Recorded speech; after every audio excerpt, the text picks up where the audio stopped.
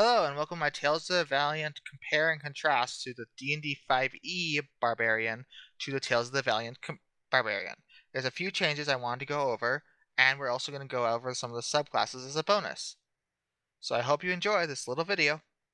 One major difference between Barbarian from 5e to the Barbarian of Tales of the Valiant is their proficiencies. They're very similar, I'll admit, but except for one thing. Barbarians get a proficiency in herbalism tools. Herbalism tools are allowed to be able to craft certain items. Whether they fit the barbarian or not is up to you, but this is a huge change to how barbarians are played. Just depends on the player, I guess, if they use them or not. But it's well and welcomed addition in my book. There is another change Tales of the Valiant does from D&D. This is a small change, but it can be very big for some players. And that is the subclass progression levels things with like what abilities you gain from your subclass. In D&D, you get at 3rd, 6th, 10th, and 14th level. But in Tales of the Valiant, you get it at 3rd, 7th, 10th, 11th, not 10th, and 14th level. This is a change what some people might not like. I'm not sure about it yet. I'm going to try to play it and see how it goes. Let's try to speedrun the next points for Tales of the Valiant. Feral Instinct, which is in D&D, has been moved from 7th level in D&D to 6th level from Tales of the Valiant. And Relentless Rage has been moved a little farther, what I'm a little surprised about, from 11th level in D&D to 14th level in Tales of the Valiant.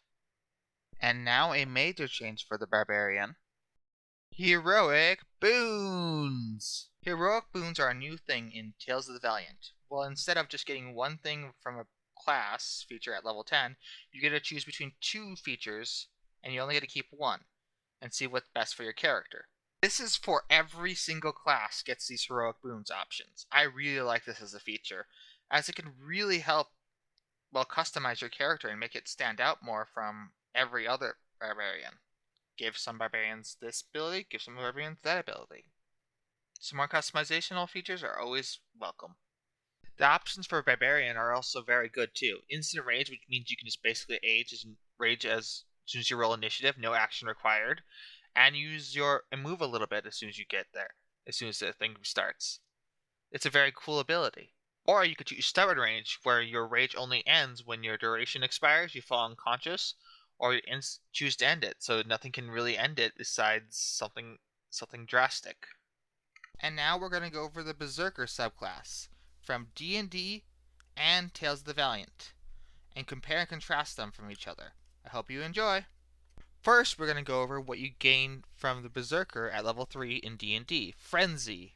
Frenzy, basically, in D&D, it allows you to attack as a bonus action.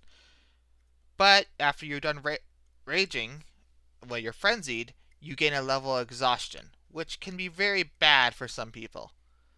So, I'm not going to go into details about that, but yeah, that's pretty bad. In Tales of the Valiant, you get 2 features at level 3 instead of 1. Frenzy and Ruthless Sparing. Frenzy in Tales of the Valiant Berserker basically is the same thing, except that they got rid of the exhaustion feature altogether. Ruthless Sparing, a new feature introduced in Tales of the Valiant, allows you to gain proficiency in the Intimidation skill, and if you're already proficient, makes you basically expertise in the Intimidation skill. This ability gives the Barbarian more to roleplay with. No complaints here, just something cool new ability added.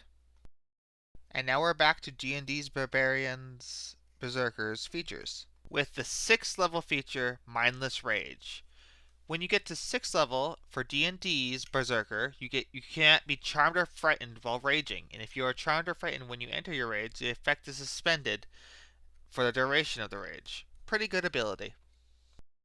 And now for the abilities you gain for Mindless Rage at 7th level for Tales of the Valiant, so 1 level higher.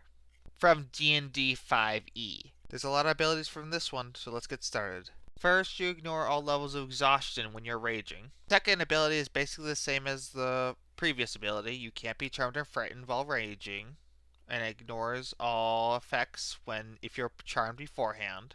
And the third and final effect is if you're in a frenzy and you score a critical hit or reduce a hit point, someone's hit points to 0 hit points, you gain a number of temporary hit points equal to your proficiency plus your con modifier. Overall, a nice upgrade for the Berserker. For Tales of the Valiant. Next up, we're comparing Intimidating Presence for D&D and Tales of the Valiant. Let's start with D&D's Berserker's Intimidating Presence. As an action, you can try to frighten someone within 30 feet of you. They must make a Wisdom saving throw equal to the DC of 8 plus your Proficiency modifier plus your Charisma modifier. On continuous turns, you can use an action to continue this effect. All in all, not a bad ability. And now on to Tales of the Valiant's Intimidating Presence. The first change that your weapon attacks deal additional damage equal to your proficiency bonus to frightened creatures. Another change is you can attempt to frighten a number of creatures equal to your proficiency bonus as a bonus action.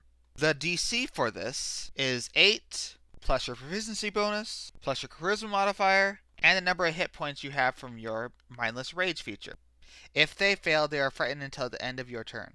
On turns after this, you can continue this effect with a bonus action to keep it going, and continue the frightened condition. The final feature we're comparing and contrasting from D&D to Tales of the Valiant is Retaliation. We will start with D&D. Basically, when you take damage from a creature that is 5 feet from you, you can attack them back right away with a reaction.